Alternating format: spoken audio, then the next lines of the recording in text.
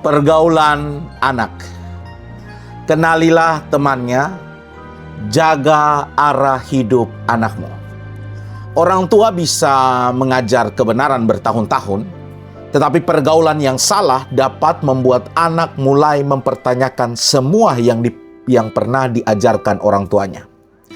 Kenali siapa yang membuat anak Anda tertawa, curhat, merasa diri diterima, dan meminta pendapat. Karena orang-orang itulah yang sedang mendapat akses ke hatinya. Amsal pasal 13 ayat yang ke-20 menasihatkan, siapa bergaul dengan orang bijak menjadi bijak. Tetapi siapa berteman dengan orang bebal menjadi malang. Gambaran sederhananya ada seorang anak di mana anak ini sebelumnya rajin beribadah bahkan melayani. Namun kemudian tiba-tiba anak ini berubah. Ia mulai berbohong, bahasanya menjadi kasar, perkataan kotor caci maki. Ia tidak tertarik lagi pada pelayanan dan ibadah. Ketika orang tuanya bertanya, jawabannya selalu, semua teman saya juga begitu, Ma. Orang tua itu baru menyadari ada sesuatu yang salah.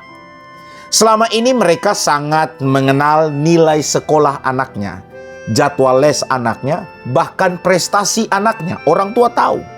Tetapi mereka hampir tidak mengenal teman-teman terdekat anak-anak mereka. Padahal anak tidak hanya dibentuk oleh apa yang diajarkan di rumah. Ia juga dibentuk oleh siapa yang berjalan bersamanya. Hari ini Bapak Ibu Saudara dikasihi dan diberkati oleh Tuhan. Amsal 13 ayat 20 tidak berkata bahwa pergaulan mungkin mempengaruhi seseorang. Tapi firman Tuhan menunjukkan suatu prinsip yang pasti. Bergaul dengan orang bijak menjadi bijak. Mengapa demikian Bapak Ibu Saudara? Firman Tuhan begitu tegas. Karena pergaulan perlahan akan membentuk cara berpikir. Cara berpikir akan membentuk pilihan. Pilihan yang terus diulang, Bapak Ibu Saudara, akan membentuk kebiasaan. Dan kebiasaan akhirnya akan membentuk karakter. Karena itu, sebagai orang tua, jangan hanya menjaga di mana anak Anda berada, tetapi perhatikan juga dengan siapa mereka berada. Namun memang jangan hanya melarang mereka, tapi bangun hubungan yang membuat anak-anak nyaman bercerita dengan kita orang tua. Kenali teman-temannya, undang mereka ke rumah, dan belajar untuk dengarkan cerita anak tanpa langsung mungkin menghakiminya.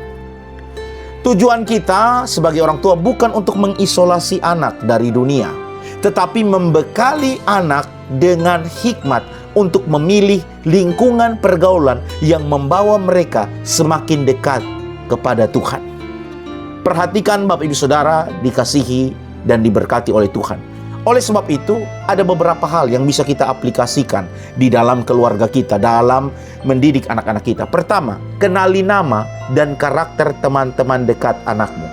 Yang kedua, bangun komunikasi agar anak nyaman bercerita tentang pergaulannya. Yang ketiga, sesekali undang teman-teman anak ke rumah agar orang tua mengenal lingkungan sosial anak tersebut. Yang keempat, jangan langsung menghakimi teman yang tidak Anda sukai. Jelaskan dengan bijaksana perilaku dan pengaruh yang perlu diwaspadai anak kita terhadap temannya. Dan yang kelima, jangan lupa, ini penting, doakan agar Tuhan mempertemukan anakmu dengan sahabat-sahabat yang takut akan Tuhan dan berani membawa pengaruh yang baik. Oleh sebab itu, Bapak Ibu Saudara dikasihi dan diberkati oleh Tuhan. Sebelum terlambat, dengarkan beberapa kalimat ini. Jangan hanya mengenal nilai sekolah anak, nilai raportnya. Kenali juga siapa yang mendapat tempat di lingkaran circle dia terdekat di dalam hidupnya. Kemudian jangan hanya berdoa agar anak dijauhi dari teman yang salah, tapi berdoalah agar Tuhan menjadikan anak kita sendiri sahabat yang membawa orang lain semakin dekat kepada Kristus. Kenali teman-teman anakmu, karena siapa yang berjalan bersamanya hari ini dapat mempengaruhi kemana ia akan berjalan esok hari di masa depannya. Sekali lagi Amsal 13 ayat 20 mengingatkan, siapa bergaul dengan orang bijak menjadi bijak, tetapi siapa berteman dengan orang bebal menjadi malang. Kiranya kita, setiap orang tua Kristen, diberikan hikmat dan kemampuan untuk mendidik anak-anak kita di dalam jalan Tuhan, sehingga daripadanya anak-anak kita membawa terang Tuhan dimanapun dia berada. Tuhan Yesus memberkati kita semua. Shalom.